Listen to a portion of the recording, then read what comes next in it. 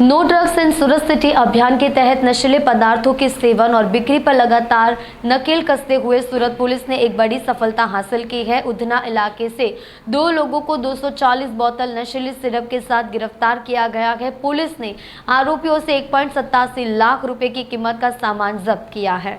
Police को सूचना मिली थी कि उधना नवसारी रोड पर लक्ष्मी नारायण मंदिर के सामने सार्वजनिक सड़क पर 2 गाड़ियां आ रही है, जिसके पास नशे के लिए उपयोग करने वाली कॉर्निक्स टी सिरप की बोतलें हैं। सूचना के आधार पर पुलिस ने मौके पर पहुंचकर गाड़ियों को रोका और उनकी तलाशी ली। तलाशी के दौरान पुलिस को गाड़ियों में सिरप की 240 बोतलें मिली।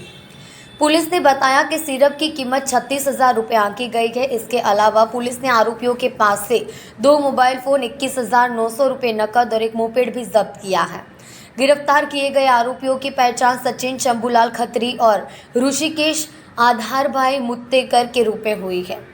पुलिस ने दोनों आरोपियों के खिलाफ मामला दर्ज कर आगे की कार्यवाही शुरू कर दी है। ये कार्यवाही no drugs in Surat city अभियान के तहत की गई है। इस अभियान के तहत पुलिस शहर में नशीली दवाओं की बिक्री और सेवन पर सख्ती से रोकथाम लगा रही है। पुलिस ने लोगों से अपील की है कि यदि उन्हें कोई भी नशीली दवाओं की बिक्री या सेवन के बारे में जानकारी मिले तो वे तुरंत पुलिस को सूचित करें।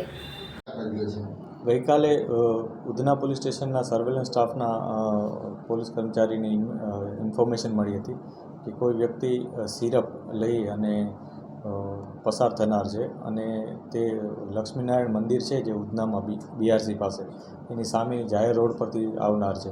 આ બાબતે પોલીસે રેડ કરી હતી એનડીપીએસના જે કાર્યવાહી છે એ મુજબ, અને એમાં 240 બોટલ કોનેક્સ ટી નામની જે સિરપ આવે છે જે ગેરકાયદેસર રીતના એણે પોતાના પોઝિશનમાં રાખી હતી, એમાં એ લોકોને ધરપકડ કરી છે। આમાં અત્યારે જે પોલીસના હાથમાં આવ્યા છે એ 2 આરોપીઓ છે, જેમાં એકનું નામ સચિન ખત્રી અને એક ઋષિકેશ મુટેકર કરીને છે। હજી એક વ્યક્તિ છે કે જેણે મહારાષ્ટ્ર ધૂળેમાંથી એને અગાઉ આપેલું હતું। એ પ્રકારની ઇન્ફોર્મેશન પોલીસને છે। અમે કન્ફર્મ કરીએ છીએ કે એ ખરેખર એને માલ ક્યાંથી આ વસ્તુ લઈને આવ્યો હતો, મુદ્દામાલ।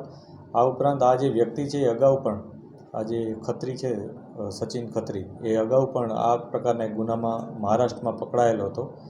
પોલીસે આ તમામ વિગતો કાયદેસર કાર્યવાહી કરી અને ગુનો નોંધ્યો છે અને હાલની તપાસ ચાલુ છે।